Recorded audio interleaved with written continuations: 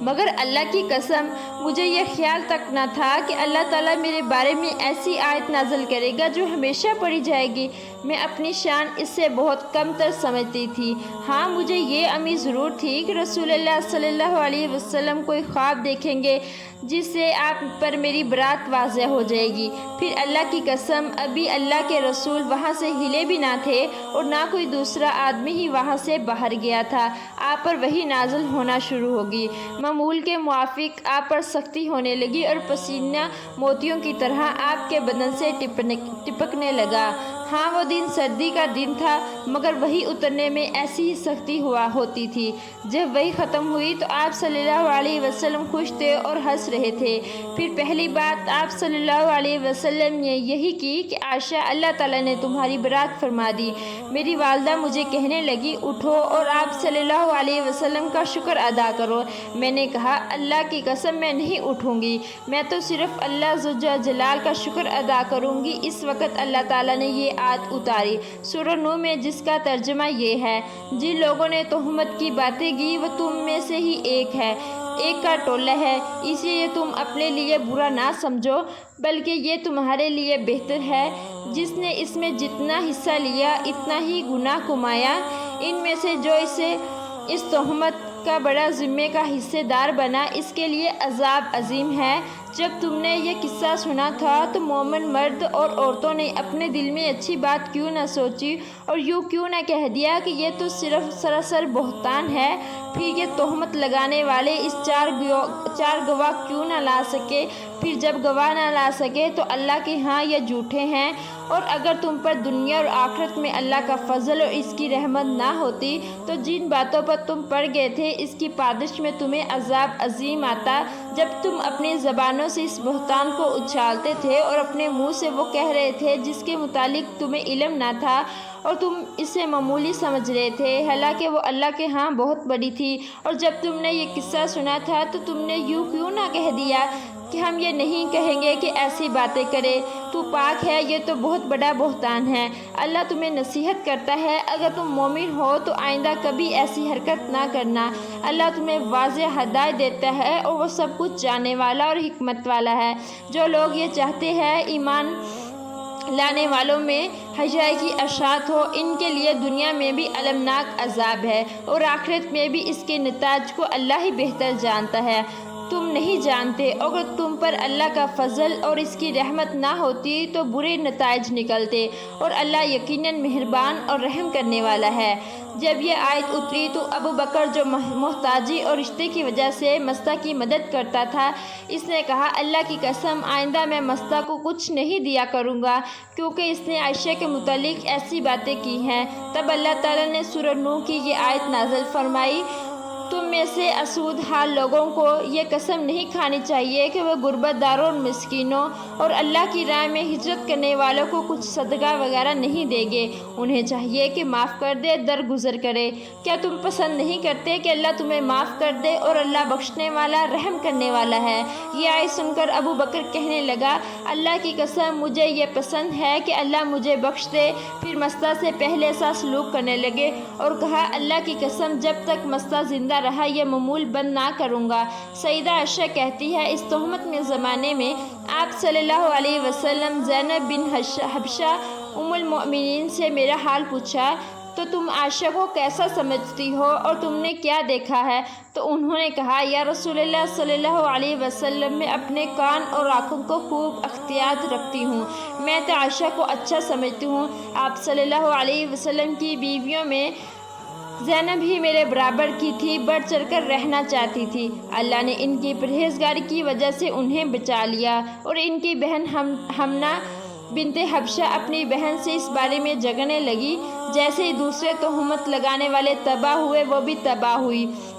میری بہنوں، آپ نے اپنی روحانی ماں کی زبان سے سارا واقعہ محافظ کر لیا۔ اس سے جو سب سے بڑا سبق ملتا ہے وہ یہ ہے کہ ایک پاک دامن عورت کی عزت کا اللہ تعالیٰ کے ہاں کیا بلند مقام ہے۔ اللہ کریم نے حضرت عائشہ رضی اللہ تعالیٰ عنہا کی شان میں سورۃ نور نازل فرما دی۔